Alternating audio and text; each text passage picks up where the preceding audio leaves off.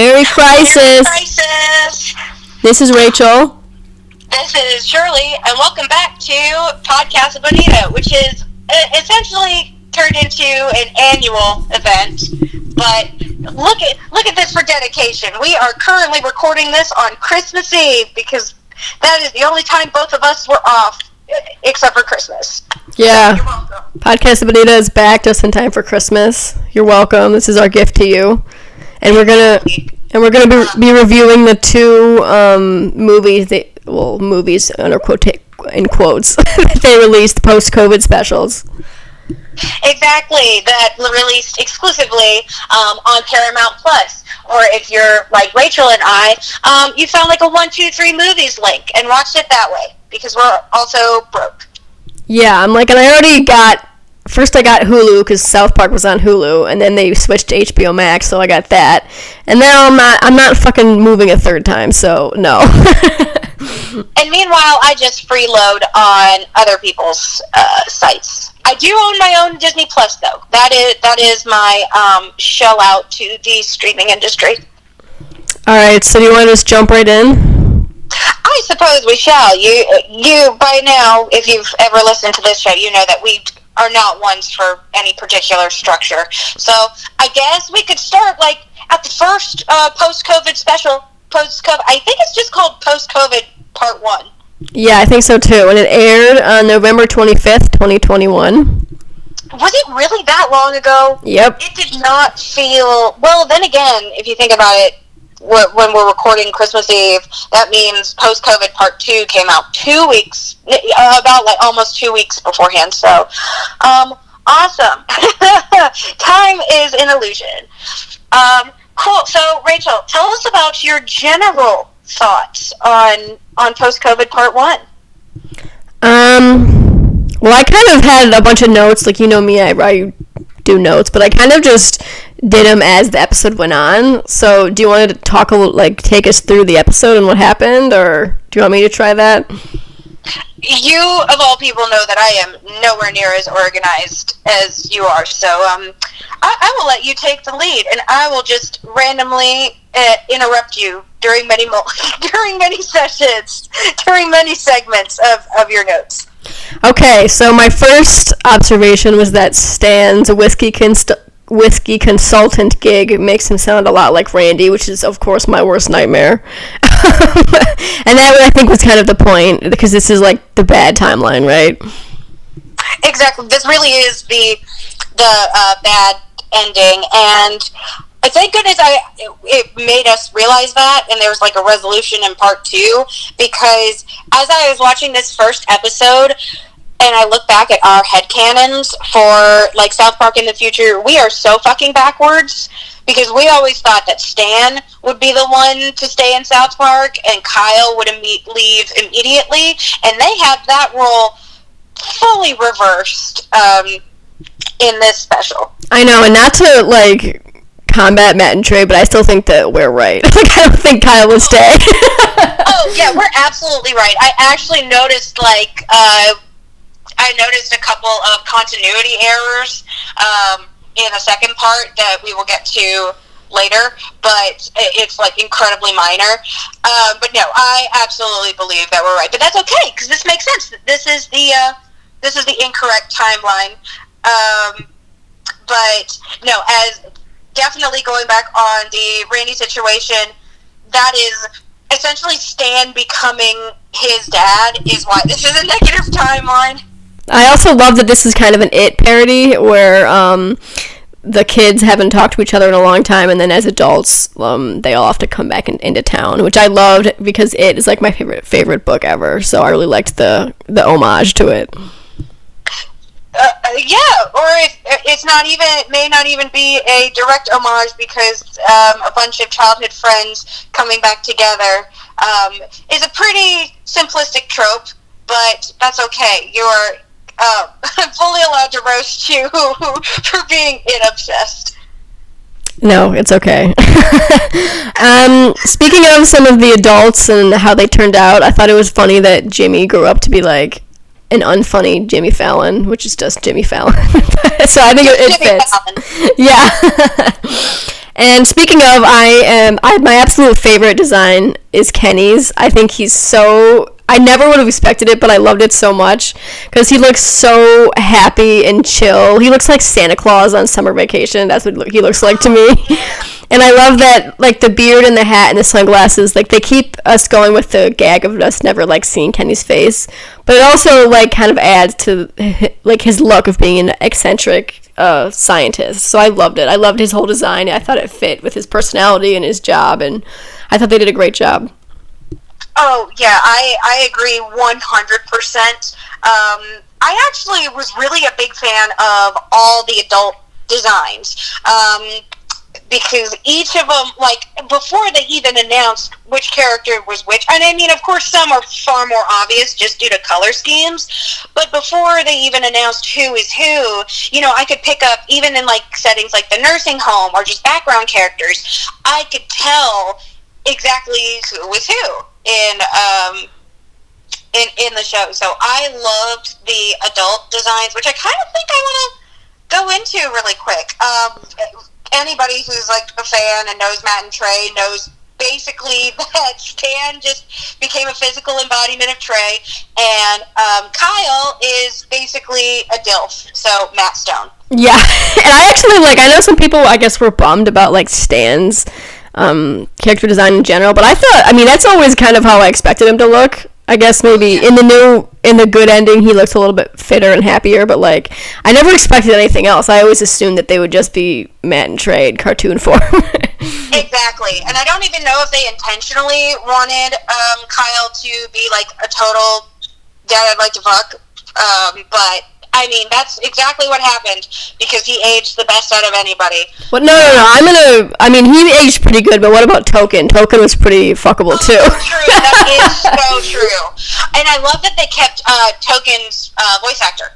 So it's Adrian Beard, I think, is his name, but he's one of the he's one of the, like, producers. I think he's an executive producer on the show, but he works on the show and he's voiced Token since the beginning. He's always voiced Token, and I love that they kept him, you know, and just kept his voice and everything.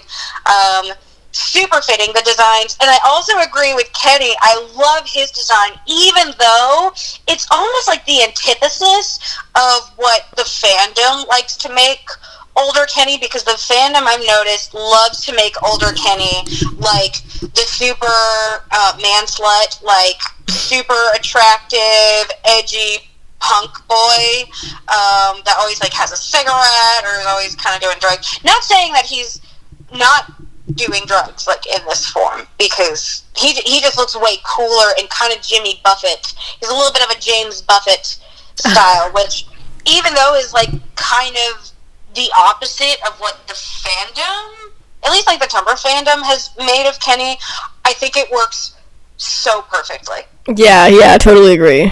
Speaking of Jimmy Buffett, you know who else's design I loved, adult design, is Clyde. I thought it fit him so well. Oh, yeah. And Clyde, I obviously, his was probably, like, I feel like if you weren't a huge South Park fan, you wouldn't be able to tell who he was if you saw ambiguous, but obviously not to super fans like us who are a little bit obsessive. At no point was I ever like, oh, I don't really think this fits. I don't really think this fits this aged character. I don't think their personality upheld, or I don't think their choices, like, upheld, or their story upheld. Even though, like, the opposite happened with us to what we thought would happen with Stan and Kyle, with, like, that reversal, I wasn't mad at it. Genuinely wasn't mad at it. No, definitely. And Clyde, like, I love that he was kind of husky. He wore, like, a Hawaiian shirt or something. He looks like he's, like, the kind of dude that, like, wears a big gold ring on every finger and is, like, front seat to Jimmy Buffett and is just pounding back margaritas. And that's Clyde for sure. Exactly. We'll do a bump of Coke, but is too afraid to get vaccinated. Right. The anti-vax rhetoric we will 100% get into later down, because if I start now, the entire episode will be about let's save it. But no, 100% love the adult ideas. The only thing that I would critique, and it's literally just a time constraint, so I understand why it didn't. I kind of wish they had more setting on characters besides Stan, because we know Kyle still lives in South Park, and we can assume that he's the counselor at the school, but it's not like outwardly stated or anything. Like, we hear that Wendy is a doctor, we see, Token and everything, but we don't really get a whole lot of information on their home lives. Like, we have no reasoning, we have no understanding as to why Kyle is still living in his childhood home and everything. We have we don't know why all of the older adults are all crammed in the old folks home. I mean, I'm not surprised, because all of the adults in South Park are absolute garbage and deserve to be put in prison. Yeah. That's essentially that old folks home. But and I understand why that didn't happen. I think they also wanted to leave some of it up to fan interpretation. Yeah. Which I can respect. But as somebody who's a full completionist, I guess you could say, I want to know everything canonical. Yeah. No, I know what you mean. I think one, because all those details weren't really relevant to the plot, so that makes sense. But also, I kind of like that they gave us a little wiggle room that we can add our own headcanons. Exactly. So what's next on your list? My list is I wanted to talk about Stan and his Alexa for a little bit, which I thought was interesting. Because on the one hand, I'm like, okay, I think Trey's just exercising his divorce feelings again. But at the same time, I also liked that Stan specifically got an Alexa that's programmed to be a nagging wife, and it felt to me very much like he was kind of emulating his parents' marriage that we've seen, and especially since we know what happened to Sharon and Shelley, it kind of felt to me like he was trying to feel closer to his family, which I know maybe I'm reading way too into this stupid joke, but I don't know, that's what it felt like to me. No, and the thing is, I wouldn't even call it really a stupid joke. It's actually super smart, because I'll be honest, when it's not outwardly stated that the female figure is an Alexa, you're like, is this a girlfriend? At first, I kind of thought for a split second that it was Shelley for a second, just because of her coloring, and then quickly, realizing. So the reveal that this woman is an Alexa was very, very smart. This was the one running joke that I felt got, especially in part 2, which we'll talk about later, I felt like it did kind of drone on a little bit. It got a little bit repetitive, but the idea and the concept of it was very, very clever. And I fully agree, because it's repetition, but in the way where Randy and Sharon were constantly battling, and Randy was super stubborn, and Sharon would give in to everything that he would do. It's kind of the opposite. Yeah. Stan would give in to everything that Alexa would say. So, that running theme, it could totally be us looking into it, and it probably is, but I don't think it's that far off of an interpretation. Yeah, and I kind of like our version better, because just in case there wasn't that much thought into it, I feel better about our version, because you're right, by the time of the end of the second special, this joke is getting really tired, especially the whole, I don't know, just the whole thing of the nagging wife and blah blah. I'm like, yeah, this joke isn't that funny. I know, and there would be some times where I would be there and I was like, Alexa's spitting facts. Yeah, I know. Why do I agree with her? I was like, Alexa, and I was like, I see that in empty, I see it all the time, where it's the nagging wife trope. It's like, well, okay, but she's making valid points. Right. She's not just nagging. She's valid in her criticisms. She's incredibly right to be angry about things. So, that was my only thing with it. But I thought the basis of it and a couple of the top layer jokes were very funny and very well done. Yeah, I get you. So I wanted to move on to, I don't know if gentrification is the right word, but how different South Park has become in the future. I liked all of the different, old folks home Supermax Plus, like that joke I thought was funny. And then I also really loved, my favorite though was that Stark's Pond is Stark's Puddle now. Exactly. I thought one of my favorite things in like this episode in particular, it shows a lot more, is them referencing, everybody's on a vegan diet and we only consume insects because it's the future and we've decided that that's what we do. And it's like, in the future, doorbells sing, and it's like, yeah, I fucking know. I know. I like that one too. That was really funny. And I just love the fact that everyone's like, ugh, so disgruntled. They're like, the future fucking sucks. Like, I'm like, I know, I agree. I fully agree. No, and I really say this is one thing that I really especially loved about the first part. The first part really is for the South Park fans. If you are like a casual watcher and everything, not just because of the QAnon and like the previous specials, not just because of the vaccination special and the pandemic special, you're going to be lost if you didn't watch those, but there are so many small references and everything that you will miss or may not understand if you don't watch South Park on a regular basis, or you don't know, like, for lack of a better term, like lore and canonical establishments and things like that. So this really was a special for the fans, 100%. I don't think they tried at all to make it, I like that they didn't dilute any references to make it accessible for newcomers. I like that it was kind of a fan service. Yeah, but at the same time, it's been, 22 years? How many newcomers are there really? True. Also true. I also liked Tweek's quote. It's one of the first things we hear him say. He says, sometimes I think the pandemic really aged me, which was really a funny kind of stupid joke, because obviously the joke is that they're all grown up now. But I thought that was funny, and it also had like a real ring of truth to it. Oh, yeah, well, I mean, I'm 24 going on like 124 because of this pandemic, so. Yeah. That hit incredibly close to home. I liked the idea that, it was actually like a funeral that brought people to South Park. Mm-hmm.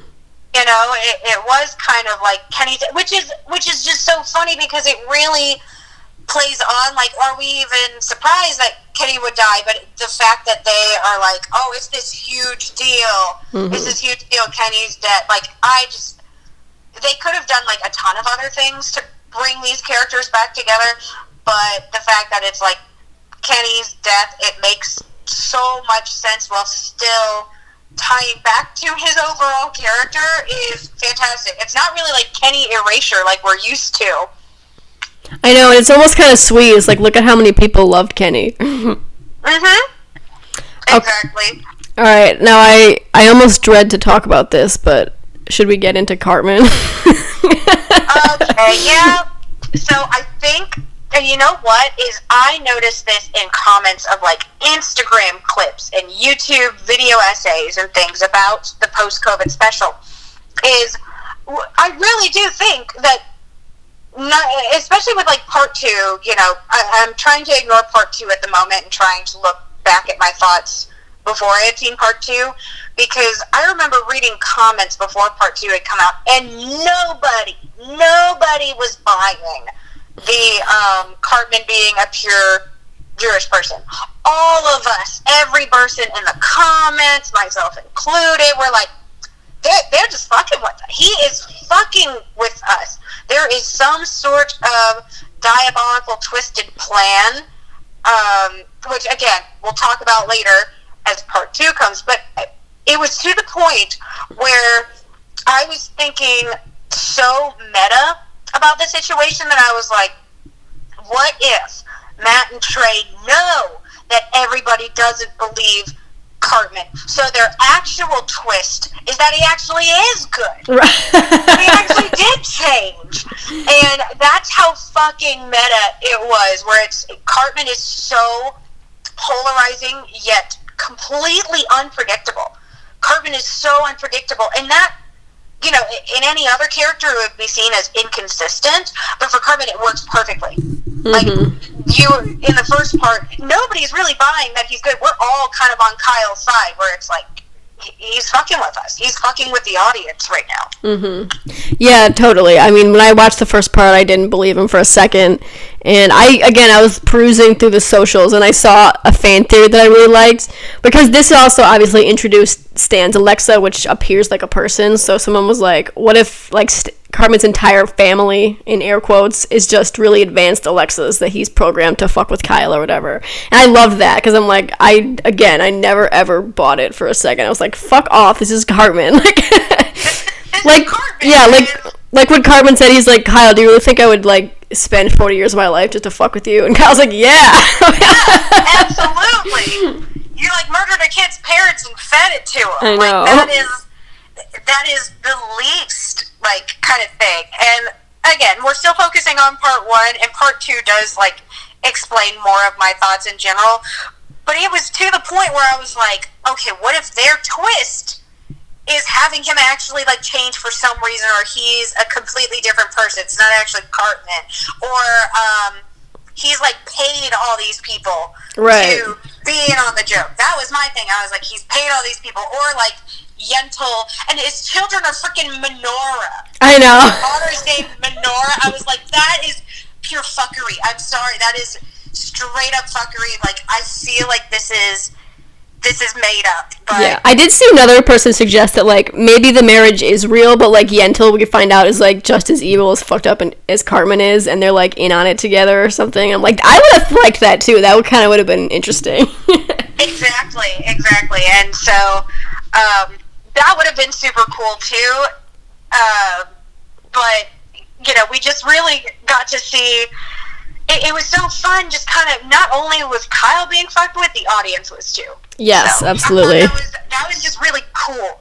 That was, because it would have been so easy just to default and make him be like this. He could have been in, like, Butter's situation, where he's, like, in a mental asylum, and he's this super powerful business person. It could have been so easy to justify anything like that. But to have this twist was very fun. Very, very fun to look at. Yeah. And then going back to old characters that we get to see again, I didn't find it particularly, like, spot on that Scott Malkinson was the priest. I think they kind of just, like, had him fill another role. But I did love that no one remembers who he is until he mentions the diabetes. Exactly. See, there were some things where I felt like the people played a little bit of just placeholders. Like, some characters were just placeholders for certain things. But it is, you know, if this storyline had been done a couple years ago, it would have been, like, a different character. Because Scott Malkinson has only been really, truly recently in the spotlight in the past, like, 5 years. Yeah, totally. So, like, if they had tried to do anything kind of remotely in the future like this, it probably would have been, like, a completely different character, you know? But I do like that Scott Malkinson. So, yeah, I do agree. There were some things that were a little placeholdery. Like, again, I was very surprised. I was like, hi, you're kind of putting Kyle in this counselor role, which is all that we can assume.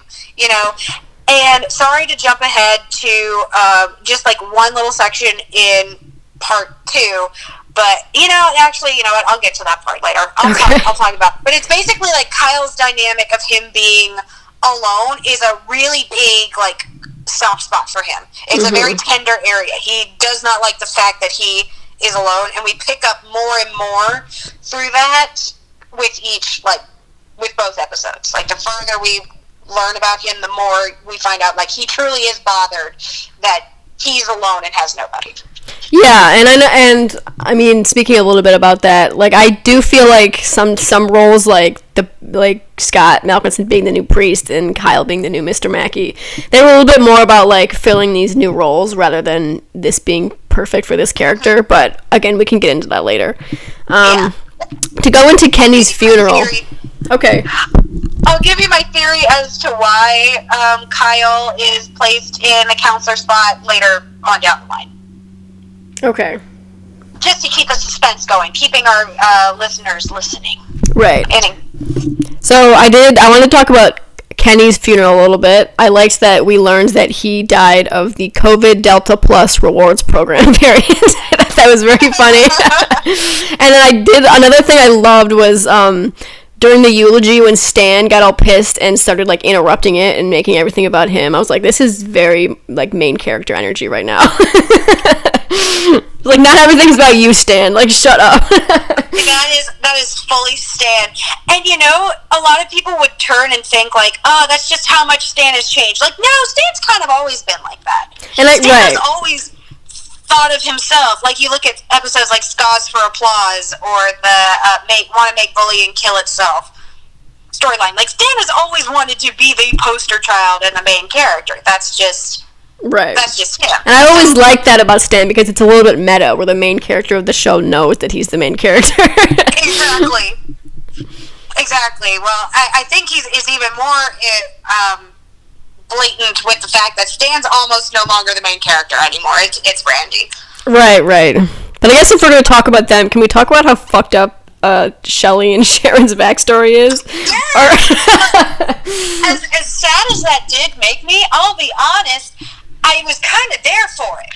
Yes. I was so there for it because, you know, not that I wanted Sharon or Shelley to be dead or anything, especially considering, like, those are the namesakes of Trey's, like, actual family. But... Oh, right.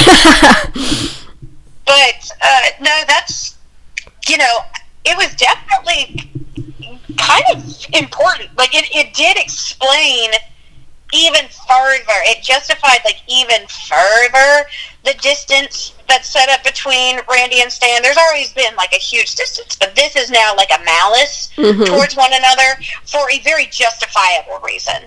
And the fact that neither can admit fault to either or is just that super... That just is their relationship to a T. Yeah, I agree. I think the backstory was dark, but it did a good job of explaining where their characters are now. And especially me, because I'm such a hoe for, like, characters and lore. I'm like, I wish they would have gone into it more, like, to find out even more how Stan's psyche is, like, fucked up from this. Exactly. Oh my gosh. I wish it were, like, a 2 or 3 hour special, but my goodness knows that they don't have the planning to do something like that ever again. They've done the South Park movie, and that they thought was going to be the end of South Park. So, but I'm thankful enough for part 1 and part 2. You know, so we had, like, the funeral and everything. I guess we should, you know, talk about the Randy introduction as well, but I don't know if that's chronologically where you were going either. I actually don't have a ton about Randy. Big surprise. Big surprise with us. Yeah. I'm just more thrilled that he really, truly wasn't the full focal point. Yeah. My favorite part, I think, was Randy explaining to Stan everything that happened with COVID about how he fucked a pangolin. And Stan goes, wait, you were the one that started COVID? And Randy's like, yes, but that's besides the point. Exactly. Like, Randy, and you know what I will say is, even though, you know, we're a Randy hate group and everything like that. When Randy's really good, we fully appreciate him as a character. But actually, I like in this story, like, they really don't shy away from Randy being absolutely the wrong person in this situation. They do not justify anything that he's done, and they don't really reward him either, which can happen a lot, especially with the more recent seasons. Nothing as bad as Gerald, but we don't talk about Gerald anymore. That's how much we hate him. We don't even talk about him. Exactly. With this special, I will at least say it's like, at no point is Randy ever, like, praised. We, as the audience, are made to interpret him as the full-blown idiot, not something to be... He's to be mocked at and everything, this whole special, not like, oh, how relatable, he's just that fun, quirky dad. Like, there's a little bit of hatred, I think, from the audience for this one. Yeah, another part of the backstory I loved was that When Stan and Randy were arguing about, like, whose fault it is that the rest of their family died, I love that the reason Shelley was, like, locked in the barn is because she refused to do her weed chores. And I'm like, as fucked up as this is, I love little jokes like that remind me, like, oh yeah, this family's fucking stupid. Like, exactly. They're all absolute idiots. And, like, I love how Stan's, instinct to be like, I hate this fucking farm, is just to set it on fire. I know. Like, how dramatic is that? That is, he literally could have done. That's his first choice too. That was his first choice, was to set something on fire. Yep. Like, don't come for Kyle's gig when he wanted to fire for the list. Like, that's Kyle's thing. I love that. You know, at least the original Stan. Alright, speaking of Kyle, this is kind of a really small moment, but do you remember the scene where he's pooping in the bathroom and he thinks that Mr. Hanky is in there? Exactly. That whole fucking part, he doesn't wipe his ass after he leaves the bathroom. Exactly. And I was like, what the fuck is this? Kyle is the biggest jerk freak I've ever seen. This is fake news right now. Oh, exactly. Well, and also, like, I don't know what the obsession is to constantly have, like, Kyle be the one on the toilet. I know. Cartman's, like, the quintessential one to usually put on the toilet, but they put Kyle on the toilet just bare ass a lot. It's kind of like, is this, like, fetish material? I'm a little nervous. Oh my god, I did see another post on Tumblr. It was about Kenny and Butters, and it was like, did you ever want to see your fave all grown up and then also have to see their cock and balls and asshole? Like, oh god. We see a lot more, and that's like one thing about this being on Paramount Plus, which they don't really have to be censored at all. Like, there's no body part that has to be censored. We see a lot more. We see so much more of these boys than we ever thought we would. Yeah, speaking of, we're going to talk about the fact that we had to see Cartman fuck. Oh, we had to at least, like, hear it. I didn't... That's just as disturbing for me as it was for Kyle, I'm sure. Ugh.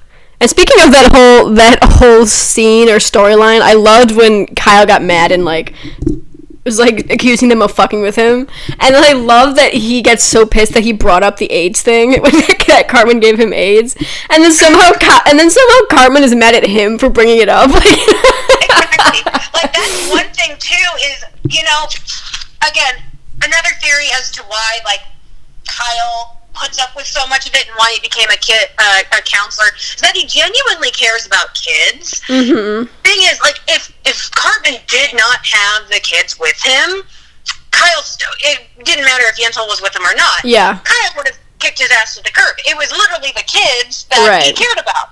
So, you know, I think that's one reason why he's also, like, a school counselor, too, is, you know, he has, like, a passion for taking care of kids, because he's always done that with Ike and everything. I think he, in a way, is kind of pissed off. It's like, that should have been me, you know?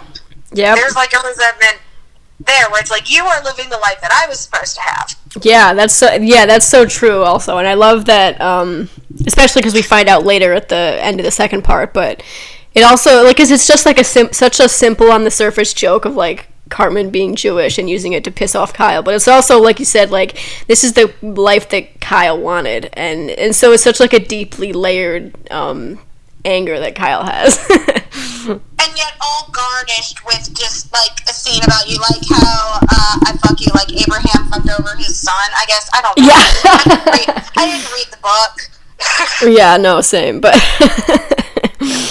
another thing I liked... I read it many times. I liked how, especially because, like you said, Kyle has such a fondness for children. I liked how Cartman's kids do not like Kyle. Like, the little babies, like, it's like, Uncle Kyle, fuck you, Kyle. See, and that's, again, another thing to me where it's like, I straight up think it's just, like, Cartman fucking with them. It's like, he knows his genetics are just... you know, made to hate It's Kyle. in his bones to hate Kyle. Yeah. But no, we got a glimpse again, Mr. Hanky. Like, I feel like anybody, because Mr. Hanky really hasn't been used. Well, there was a problem with Apu, which, you know, touched on it but, you know, Mr. Hanky hasn't been, like, in the spotlight for a while, so that bringing that back was super funny. But I feel like a couple people might be missed with it. They'd be like, why did we just take a look at his shit, you know? Right. That's funny. I'm trying to think about the next part. Oh, okay. So I know that this whole scene was just a ploy to get Clyde vaccinated, but I love that I almost saw, like, grown-up Clyde and Wendy do coke together. I was like, that's kind of... I never would have thought, but it's kind of perfect. See, Wendy, like, I'm not even surprised how successful... We all knew she was a bad bitch who was going to be cool. Mm-hmm. Like, it didn't matter what awful timeline there was. Like, we all knew Wendy was going to be super awesome, but I'd love the idea of her, like, bumping coke, which... I think now that we've brought it up, I think now is the time to really talk about Clyde, aka the anti-vaxxer. Yeah. And you know what's funny is, you know, like, we both know Matt and Trey, and, like, South Park in general has always been, like, very big on the fence-sitting thing, and they try and lambast both sides to an issue to some extent. But with this, and you know what's funny is, when I was reading the comments on posts, like, about Clyde and, like, the shellfishness line, you know, and people were like, I like how they make fun of anti-vaxxers and people who are for the vaccine. I was like, hold on, what? Yeah, where do they do that? I don't really think, at no point did they ever make fun of people who are vaccinated. In this case, they are truly, like, impartial to it, which, I mean, I think everybody should be. You know, it's, at this point, it's, you know, like, there just isn't arguing with it. I was like, at no point did they ever take the side of an anti-vaxxer. Yeah. And it's like, especially because they did that one episode a couple of years ago where they talked about vaccination, and you and I thought they didn't go hard enough. And I think that was because that was before COVID, and then now we see them go, like, really lambasting the anti-vaxxers, which makes sense, and I'm glad. I think they did a better job of it here than there. Absolutely. It's absolutely, and the thing is, too, is, like, yeah, that's, the unfortunate thing is that is probably alienating a huge chunk of their audience. Mm-hmm. It's a sad truth. Well, I guess I shouldn't say that, because I know, based statistically, that, like, anti-vaxxers are a vocal minority. Mm-hmm. Even, like, more people are vaccinated than not. It's still so much more pervasive to the point where we are getting all these variants. And not to get on my soapbox, but I've always been very passionate about vaccination long before COVID. At this point, I was like, it wasn't even, like, in a smugness way either. You know, a lot of they could have been, like, really smug with mask wearing or whatever, but at no point is it ever, you know, lambasted for being vaccinated. Like, right. That's just the default. That's just what you do as a regular person. Yeah. You're actively, like, a selfish idiot if you willingly choose not to get vaccinated. And, like, that's just the bottom line. And, you know, I appreciate them for that, because that, I'm sure, did alienate a couple people, which I don't think they've ever been worried about. Right. They've never had that worry, but, you know, especially on, like, a Paramount Plus platform, you know, there could be ways of it being a little bit more censored in some ways and not others. But, no, the huge, like, jab at anti-vaxxers, they didn't really even need to say much. They straight up didn't need to say much for it to land and just work. Yeah, and I don't mean to jump ahead, but my favorite, like, anti-vax joke was in part 2 when Cartman is, like, trying to persuade Clyde to go on his side, and he says something about, like, it takes a certain strength to stick by your values, even if it means other people have to die. Exactly. Well, and they say other parts too, where you know, when, again, skipping ahead to part 2, which we said we weren't going to do, but oh well, it's our fucking show, we're going to do what we want. Just real quick. Skipping ahead, like, it's hilarious because anti-vaxxers are so easily manipulated. Like, yes. the entire reason they're anti-vaxxers, it's like, you know, I'm not going to listen to the majority. I have the right to be skeptical and everything.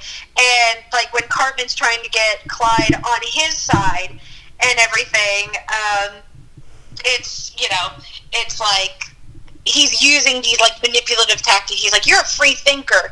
You are meaning like he parrots the same like rhetoric over and over again. Like, it's just not unsafe. He's like, it's your body, you know, and you have the right to be like skeptical at everything of their side. And it's a total allegory for like, it's like, oh, you're gonna believe what, all this science? Right. It's, you know, with time travel, it's an allegory, obviously, for like being anti-vax, and it's just funny how it's, you know, so easily like they're just the dumbest people who think they are the smartest people. Yeah. In the room with absolutely no basis to it. But no, Clyde was the perfect person. Yeah, I agree. Was the perfect person because honestly, I was like expecting it. Mm-hmm. I was fully expecting it to be Clyde. You look at his design and you just see it's like that is. And I like also that later on they just called him an anti-vaxxer because we hear a lot of these people where it's like, I'm not anti-vax, I just don't want to get vaccinated. It's like, then you're anti-vax. Yeah. You're just, I like that they didn't shy away from just calling a spade either. Where it's like, I'm just somebody who's critical. It's like, no, you're just anti-vax and anti-science. You're being stubborn. Like, if you're willingly choosing to not get vaccinated, you're anti-vax. Like, that's... Yeah. And I like what you brought up that, in part 2, Cartman specifically targeted Clyde because he thought he'd be easier to manipulate, which I didn't even think about. But I more thought of it of like, just look at how easily Cartman can manipulate people. Exactly, that too, and that's also a reason why I was like totally solidified. I was like, oh yeah, Cartman has not changed. Nope. That like solidified it for a fact. Again, shows up in part 2, but I kind of already knew this anyway. All right, well, I want to jump to the end of part 1 real quick before we go fully onto part 2. I liked when the 3 boys went to go see Kenny's body and it had all the rats on it. I thought that was a good callback.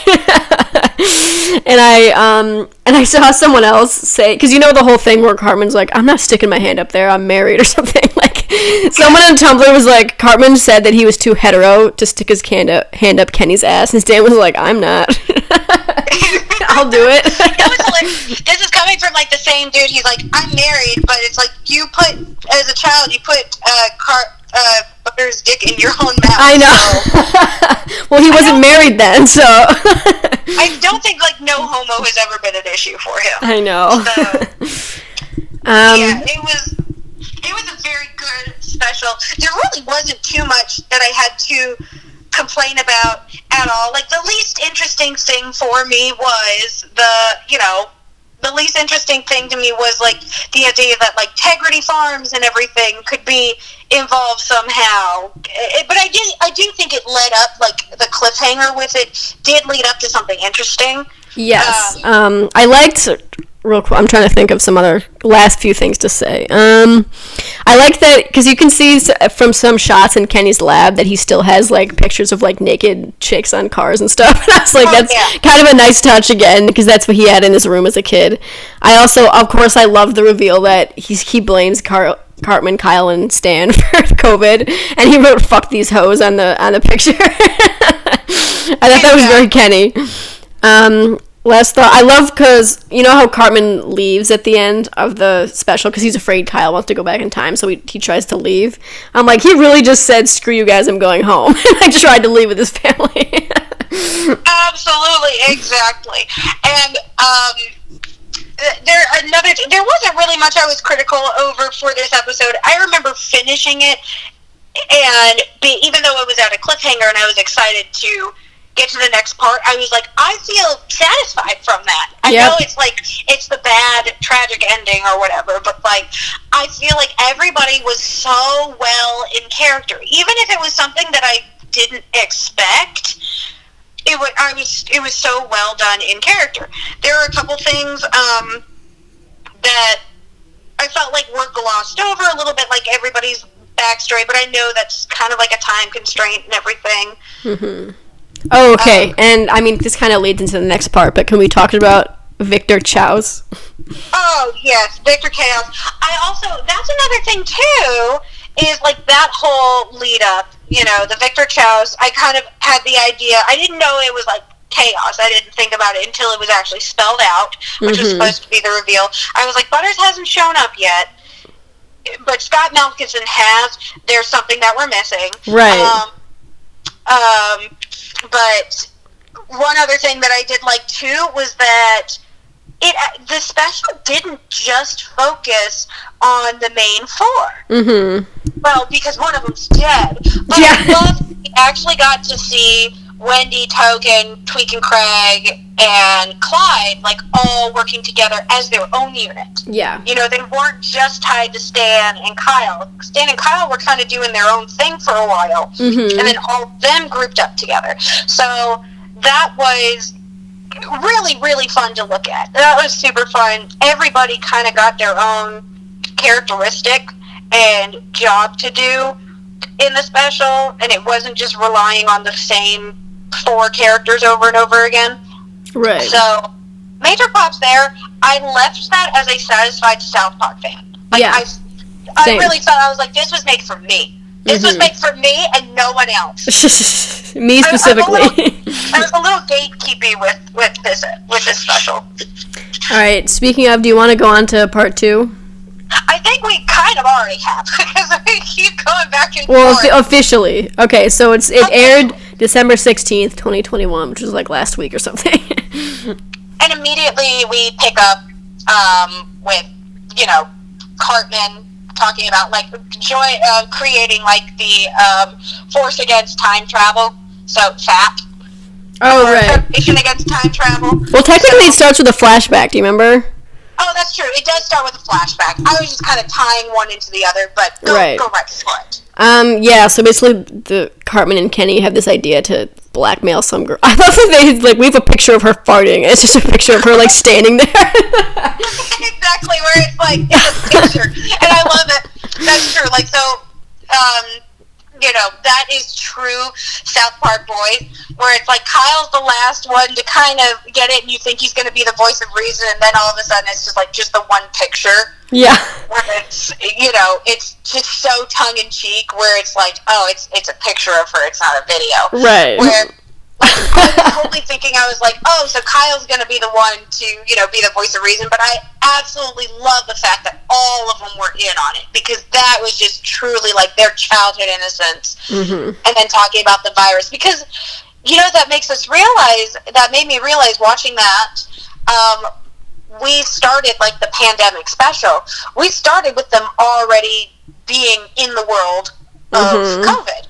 We didn't start with them at the beginning. We never got to see their transition into, so seeing it being like, oh, we're just going to be out for like 2 weeks and things like that was so, it felt necessary. Yeah. It did feel kind of necessary. Yeah, and I do, because obviously, like, Cartman's Cartman and Kenny is a little bit of a schemer, but I love that Stan and Kyle were so, like, easily swayed by courtside tickets. Like, yeah, we'll sell our soul for this. Like, absolutely.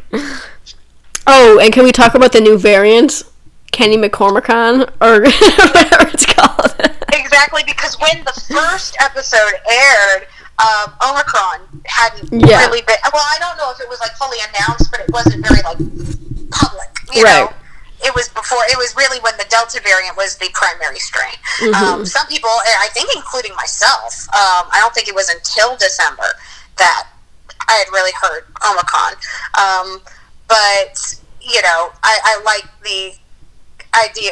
It's depressing to think about that it's so topical that they made a joke about something that happened so quickly. Okay, so I thought it was very fitting that Kyle was the one who figures out Chaos's identity, and I thought Butters' backstory was so perfect, where he ended up grounded in his room for 16 years and then got into NFTs, and now he's like a fucking, like, insurance salesman. I thought that was so funny. Like, I didn't expect that at all, but I thought it was really great. Oh, absolutely. And I think the NFTs, I'll be honest, when I first heard that was, like, his shtick, when I first heard that the NFTs were going to be his shtick before the episode premiered, I did kind of roll my eyes, because I was worried it was going to be one of those, like, topical things all over again, and it's going to age poorly, and nobody's going to remember this. I was, you know, I was like, you know, I kind of wish they had done the more Professor Chaos route. I was like, man, I kind of wish it was, you know, him going back to his roots and being more of that stereotypical villain, but looking back and actually watching the episode, I feel like that was the smart choice, is, you know, having just homage and just little tidbits of that, because it does feel like a rewarded transition, you know, and just, he's still holding on to something, but I feel like Professor Chaos has been done so much that seeing something different and having, like, the NFT controversy as his new way of attacking people while still holding on to the Chaos name was super interesting. So yeah. I was worried it was going to be just a little too topical for its own good or too, like, exclusionary, but I actually ended up liking it a lot. Yeah, and I really liked the way that they did it, where it's like he's almost like so persuasive that he can like convince anyone to buy NFTs, and it's almost like a superpower. Because I know that some people were like bummed; they were like, I thought he was gonna be more super villainy, but I'm like, he still kind of was. Oh, he very much is, and like I also like too. It wasn't even just necessarily them lambasting the NFT market, which is just, I thought it was a joke. I won't lie. I kind of was like, oh, is this like an inside joke? No, it's like an actual, real thing. I kind of don't know what NFTs are, to be honest. It's literally, people are like, oh, well, it's crypto, this and that. Sorry, I burped. It's okay. It's like crypto and this and that, and, you know, it's like basically machines producing digital images that are like one of a kind. And I'm like, every art piece is one of a kind. It just has like a human manufactured value. Right. Like it's inflated so much by like people, where it's literally just like a digital image. It's a digital image, to my understanding, that's just, yeah, artificially inflated to be something of worth when it's absolutely not. So is it kind of like a digital MLM scheme? Is that kind of what it is? That's essentially what it is. And I was just about to get into that, because you'll see it in the nursing home scenario with like the Tupperware. That was so tiny but so clever. Tupperware is like the original MLM. That's that multi-level marketing scheme, which you know, it was very, very subtle, where a lot of people probably wouldn't have gotten that reference. But yeah, he was using Tupperware to put it in the shape of a pyramid, grabbing the top smallest piece and being like, fuck everybody at the bottom. Yeah. You know, I was like, oh, so yeah, it's not just lambasting NFTs, it's lambasting, you know, multi-level marketing in general. Even in the most subtle way with the Tupperware, that was so smart. That was so smart. And also, Bebe, adult Bebe is wearing like a Mary May shirt, which I'm certain is a parody of Mary Kay, which is another MLM. So, you know, I was like, oh, that's very, very subtle. That's very subtle satire, but it's very much appreciated in my book. Yeah, totally. What's the next thing? Oh my god. So going back to Tweak and Craig really quick. Maybe this is fucked up of me, but like the image of Cartman just like bludgeoning those two over the head and then having them like hanging upside down from the rafters was so funny. Yeah. You kinky bitch. I know. I know, and I saw people on Tumblr being like, wow, Cartman just hate crimed them out of the story. Oh, save it for the fan fiction, Rachel. I think we should talk about Cartman a little bit again. We definitely need to, because, you know, we made comments about it beforehand. But yeah, so I have a lot to say. Because on the one hand, I think it's a little bit interesting. Because like you said about how Matt and Troy making the twist be that there is no twist, that he actually, like, is being genuine and wants to protect his family. I thought that was really interesting because, again, it was like more layers than just Cartman being evil and wanting to stop Kyle and Stan. Oh, yeah, but no, I'm going to be honest. Again, going back here, I took it as, no, he really is still evil. He wasn't being genuine, because it was basically a cover-up for Cartman's, like, true feelings. So I kind of still see it as Cartman doesn't really have, like, straight up the affection for his family and wanting to do it just for the sake of keeping his family.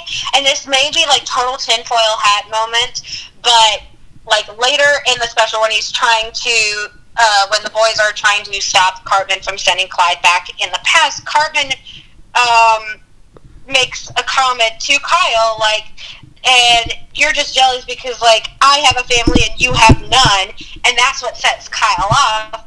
Again, Cartman is living the life that Kyle wants, and I think that is what satisfies Cartman more than the fact that actually having the family. I think he likes more the fact that he's taking something away that Kyle feels is rightfully his. No, yeah. I mean, I totally see what you mean. I definitely think that this episode in particular, his behavior makes it clear that he hasn't really changed all that much. I did find his, like, affection for his family to be, I mean, I believed it by the end, but I thought it was a little bit interesting because you can see Cartman is still the antagonist, but it was like, this is kind of like sort of almost the most noble he's ever been, because he's kind of like, I'm trying to protect my family. In his mind, he thinks Kyle is trying to take it away. So I thought that was interesting again. It was not so black and white with Kyle and Cartman like it usually is. Yeah, no, my thing is, like, I think with the situation, I think he does genuinely care for his family. He wants it, but it's almost, in my brain, it's almost like it's a possession rather than something that, you know, right. he feels part of necessarily. But again, going super into it, because when that totally solidified it for me, where he still ends up wanting to kill Kyle. Yeah. Like, he wants to go back in time and kill Kyle. I was like, okay, like, that, you don't even need to do that part. Like, that part is just kind of unnecessary. So, like, there's still a hatred. So I still kind of see his family, like, he kind of sees it more as, like, an idol. Like, a representation of him having something over Kyle. Yeah, no, I know what you mean, because it reminds me of that episode where, I think it might be the one where Kenny dies, like officially. It's when Cartman, like, makes a point of saying, like, I always thought that you and me were best friends, Kenny, but he only cares about that because, you know, Kyle is a best friend, and he doesn't like Kyle having something that he doesn't have. And so it definitely reminded me of that. I thought it was very interesting. A lot of the takeaways online, and especially on Tumblr, were like almost framing Kyle and Stan as the bad guys, which I thought was crazy. I didn't think that was the intention at all. And I'm like, it just kind of proves like how much of a, like I said, how much of a master manipulator Cartman is. Where like he not only manipulated Kyle, his family, he also was manipulating the audience into feeling bad for him. Oh yeah, well, like, I'm 100% like an anti-Cartman. I looked at him like a vessel for a character, but I was like, at no point is he ever, like, redeemable for me. Like, at no point is he ever redeemable for me, and I know that's kind of like an anti-fandom sort of thing on my behalf, but, you know, what I had with my personal feelings about it aren't, you know, I'm not going to say that's law. And I think, again, it is also kind of left up to interpretation as well, because they didn't 100% state, like, yes, his intentions are pure, or no, his intentions are not pure. You know, it was still kind of left up to audience interpretation, which is very rare for Cartman. But that's how I interpreted it. And also, again, another reason, that line that Cartman makes to Kyle is, I feel like Kyle is a counselor because it's his way of being like a substitute father. Yeah. So he doesn't actively have children of his own. That's another reason why they had him as the school counselor. Yeah. Is because he wants children, he wants a family, and didn't have that opportunity, so that's the closest he can get. Yeah, and fast forwarding a little bit, still talking about Cartman, but I've loved his new fate, the one that he gets in the good timeline where he's just like homeless and crazy. I'm like, I thought that was awesome because I'm like, he deserves that. Like, that's a good fate for Cartman, and I know a lot of people again online were upset about it, but I'm like, the whole point of the episode or the ending is that they couldn't change COVID, but they could change how you react to it. You could just going back in time and giving yourself a second chance to react more positively and become better. It's like, it's not like Kyle and Stan like actively took anything away from Cartman. They just like, he could have still changed. He could have like made that change, met someone, like he just chose not to. Yeah, and I think like another part of it is when we think about it, the only thing that the boys changed was their relationship with each other. Right. And kind of think about it this way, Cartman his life only got quote unquote better when he lost the people that he was easily able to manipulate or have still stand by him. Mm-hmm. When I think about it, I was like, Cartman ending up as a homeless person is his own doing. Yeah. It really, truly is, because, like, he is so vicious to those people that it was the only way he's able to be successful is if he's cut off from people entirely. Yeah. Because, think about it this way, every time he tries to fuck over somebody close to him, he fucks over himself. Yeah.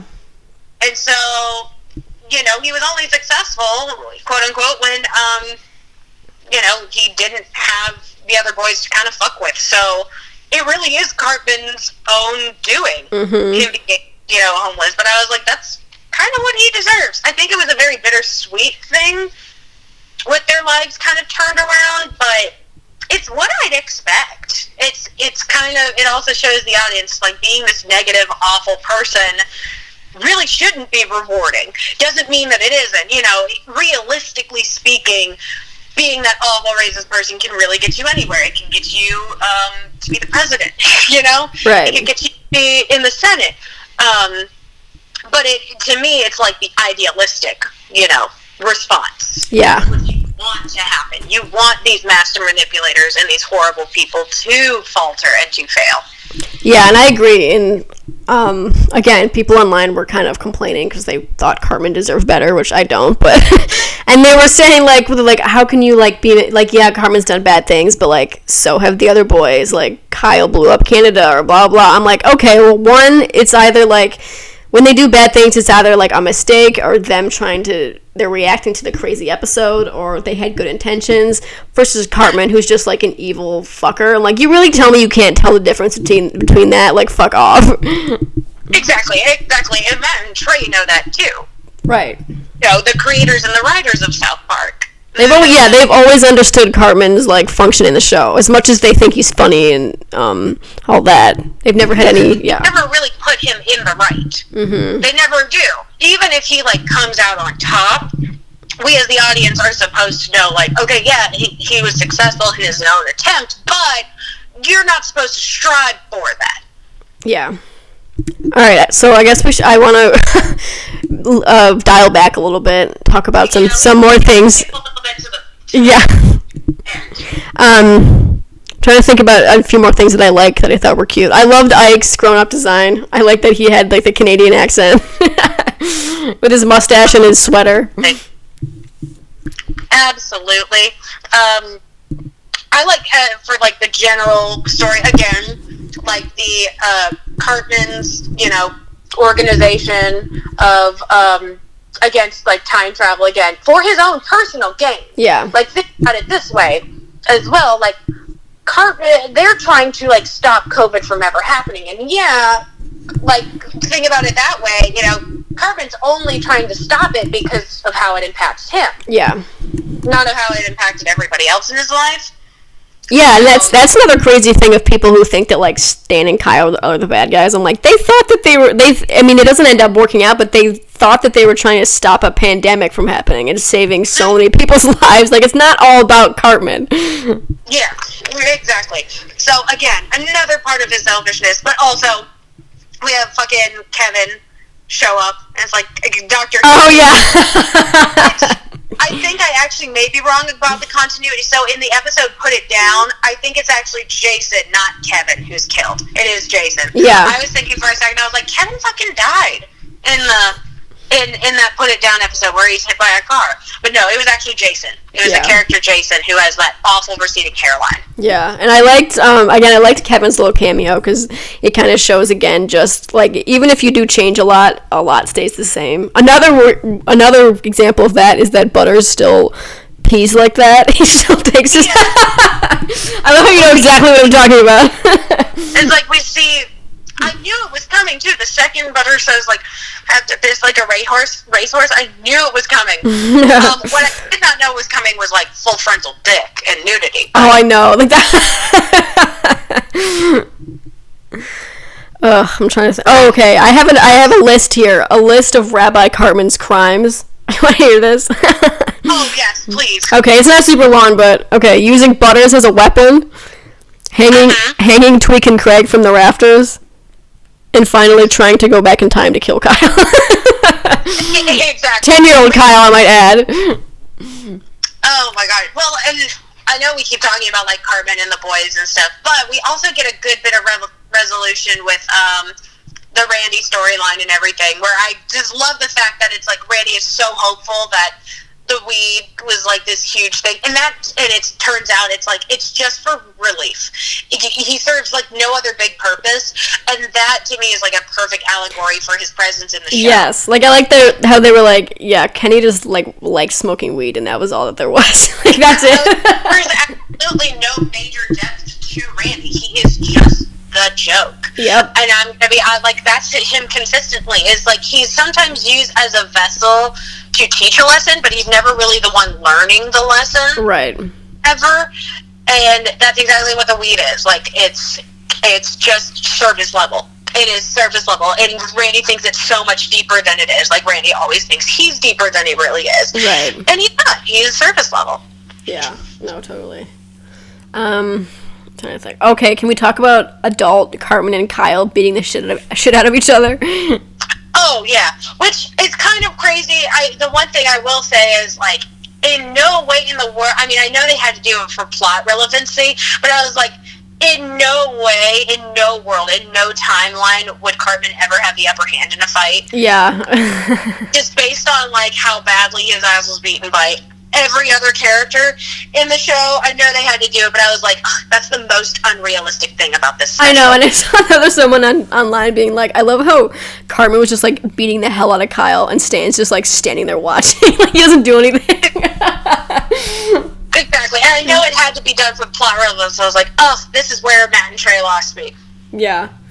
Okay, now I guess to go into the time travel stuff a little bit, one thing that I thought was such a good little Easter egg was I think in the part 1, Clyde mentions that like some expert I could be wrong, but he says like some expert like told me all this stuff about like anti-vax or whatever, and then you go show up and you realize that the expert is just like future Clyde showing up. It's just future Clyde. Absolutely. Okay, Clyde is dead, yes or no? It's what he deserved. It's like, Clyde character is bad when he's like almost as bad and just as like despised as Cartman is. Do you think he's dead in the new timeline though? I think he's probably dead from COVID because he didn't get vaccinated. Okay, yeah, that's true. Because we straight up do not see him at all. Right. And we know he joined the South Park QTs movement. So, maybe he just died because he didn't get vaccinated. Yeah. It would not be, statistically speaking, it wouldn't be abnormal. I know that's very, very morbid to think about, but sad reality. Yeah, no, I get it. Another touching thing I thought I really liked is that when Kyle and Stan show up to the past, I guess I liked Kyle talking to his younger self because it kind of shows, it shows in Kyle's own words like what his whole storyline was about. He says like Cartman gets a happy life, but you don't. You lose everything when you lose this friendship. And I was like, damn. Like, that does make me really sad because it kind of, a lot of us, we like to idolize and see Kyle as the voice of reason, but he's just as susceptible to faulty behavior as any of the other ones. So I felt like it really made him human. And the fact that he was also able to admit, like, you lose that, and that's the end. And I think, like, that was, like, a really good character progression for both the boys, where they all admitted that it's, like, it was our own selfishness, and we just didn't know how to cope. They took responsibility for their own actions and how they behaved, but I also like that they didn't shy away from the fact that, like, yeah, it really was an unprecedented time. Mm-hmm. And, like, we all kind of need to be kind to one another. Now, I won't be kind to anti-vaxxers. Right. I feel like they did just enough, but, like, being upset and being angry, like, that's a normal thing to feel. And it's like, it's impossible to keep a level head when you're facing something that you never thought that just, it was something that you thought only existed in a history book or in an alternate timeline. So, I kind of felt like that was, it felt a little bit like an end-all sort of thing, but not in a nihilistic way. I kind of appreciate when South Park can be a little positive with that, and just go back and be like, yeah, we can't be too hard on ourselves. I mean, definitely be critical, of course, anti-vaxxers and everything, and people who prolong it and don't believe in science, but, like, the anger and the frustrations and the tensions, like, the brohood didn't survive and everything, a lot of that is because it's a completely unmanageable situation. Yeah. And that's actually, it did a good job of being the rarity where I actually liked Randy's involvement in a plot line, because I liked that his strand of weed was just about, like, he embraced the fact that it didn't have any magical powers. It just helped you relax and be kinder to people. And I really liked that. Yeah, and to me, I liked that too, where it's like everybody accepted their role at the end. Like, and the very last pass, I know we talked about it, and people were upset with, like, Cartman being homeless and everything, but honestly, I felt like everything was kind of in its rightful place. People experienced things that were bad and upsetting, 100%. Like, COVID, especially right now, isn't making anybody's life easier. Right. But having that, like, little moment where, because, we're never going to know if we're going to see future South Park again, getting that kind of resolution was very satisfying. I felt like it was warranted. I can see why a lot of people would see it as a cop-out, because it was a little bit rushed, but I thought the joke made sense, and it ended on, like, a positive note, not just for the story, but in relation to real life. I just enjoyed it. Yeah, so did I. I also really liked what they did with the boys' new future. I liked that Kyle had the family he wanted. Stan got to, go adventuring on Mars and then maybe get back together with Wendy. Kenny won a Nobel Prize. And I especially love that they changed nothing about Kenny's design. I'm like, hell yeah. Yes. Oh, it was perfect. It was absolutely perfect. And what's funny is that my one takeaway when they revealed that Cartman is, like, homeless and like horrible by himself is that I'm like, oh, look at the humanity of Stan and Kyle to still feel bad for Cartman when he doesn't deserve it. Like, that was my takeaway from it. Like, fuck Cartman. I'm more like, it made me love Stan and Kyle even more. Oh yeah, especially because, and I also love I think it was Butters who said it. It's like, a guy like Cartman, there's just nothing that could change that path. He was on a path to self-destruction. Yeah. Which, is, like, absolutely true. To me, that's what we hope, Again, this is kind of the hopeful ending. And not to say, like, in reality, that's what life is actually like. But, that's the good thing about fiction and TV is, like, you can actually portray an ending that you do want. So I don't care if it's, like, unrealistic for something. Sometimes it's just nice to have something that's positive in some ways. Yeah, I know what you mean. And and in general, I walked away from these two movies, specials, episodes, I don't know, very positively. I, for the most part, liked them a lot. I did. I think the first part, if I'm going to be honest, was stronger with its jokes, I think. But the second part, to me, I felt did a good job at wrapping everything up. Usually, like, wrap-up episodes, just notoriously and historically for South Park, have not been great. Yeah. But I have a lot of praise for this ending the way that it did. And speaking of... we haven't talked a lot about the fact that there's going to be a ton of new seasons and new movies, because I know we said previously that we would have been okay with South Park ending soon, but hearing about this new deal, and then especially watching these two new movies that were as good as they were, I feel really, again, positive about it. I think it seems like they have, like, a new spurt of motivation, I think it's going to be good. Nothing like a worldwide pandemic and absolute devastation to get those creative juices flowing. Oh, yeah. But no, I fully agree. You know, we're especially critical, and I know this wasn't the special for everybody. I know that it's going to be very polarizing, and it was far from perfect. This is far from South Park's glory days, but it's a much better step in the right direction in an outlet that I really didn't expect it to be as successful as it was.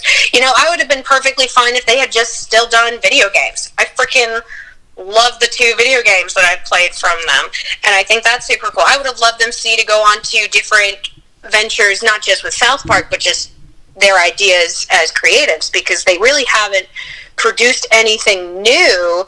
I mean, you had like the deep fake kind of thing for a minute, but that was just so minimal. You haven't had like a new property from their creative mind since Book of Mormon.